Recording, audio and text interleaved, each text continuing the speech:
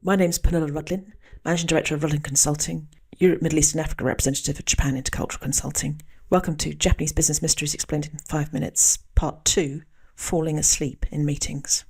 I've been asked many times by people over the years, why do Japanese people fall asleep in meetings? I've even used it as a hook in our leaflets that advertise our open seminars. What they mean by this question, of course, is partly, is it me? Am I being boring? Or if they've seen it happen several times, they begin to wonder, is it actually okay to do it in Japan then?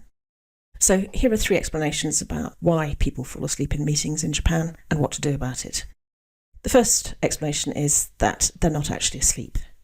Quite a lot of Japanese people close their eyes when they're concentrating.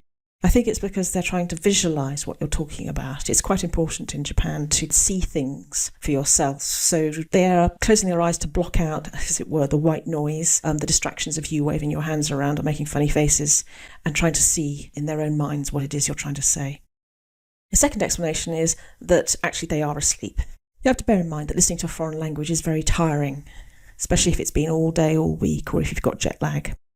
A second factor is that Japanese people generally aren't getting enough sleep in Japan. They work long hours, as is well known, so an early start, a long commute, finish late, and then go home and don't get to bed until quite late as well. In fact, I think the number one hobby in a recent survey of what people did at the weekends was catching up on sleep. And those of you who've been to Japan or have lived there, you'll have seen that Japanese people are really good at catnapping. They do it all the time, even strap hanging on trains. So a boring meeting might be one chance to catch up on a bit of sleep too.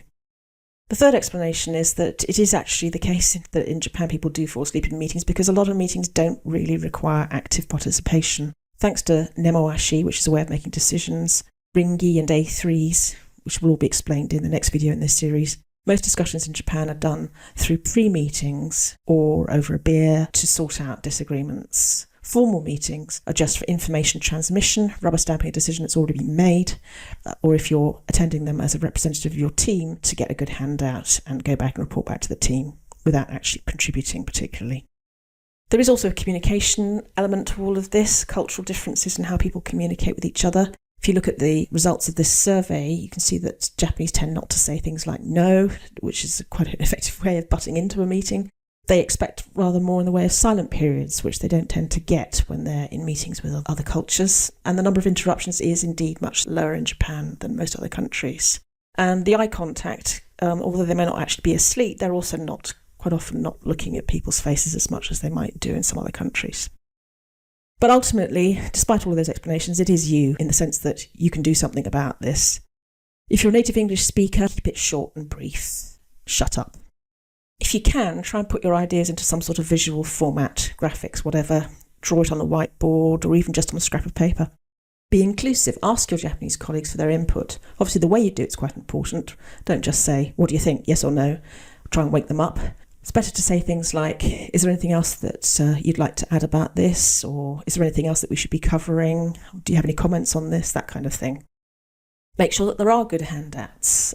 At least that gives them something to take back with them if they have fallen asleep. But it also gives them something to scribble down on and to try and read what you're saying as they follow through, which should help them to stay awake. Do your own Nemoashi, so maybe get a little bit of input from your Japanese colleagues or customers before you have the meeting to see what they think. And then afterwards, have a bit of a debrief. Ask them what they thought about the meeting, summarise some of the key points as you saw it, see what they think then. For more on Japanese business, please take a look at rudlinconsulting.com, where you'll find our blog. You can also see some of the research and the newsletter that we have. Japan Intercultural Consulting provides training, coaching, team building, post-merger integration and so on for Japanese companies and their partners. And we also have a lot of e-learning that looks at Japanese business communication, etiquette and so on Teachable.com.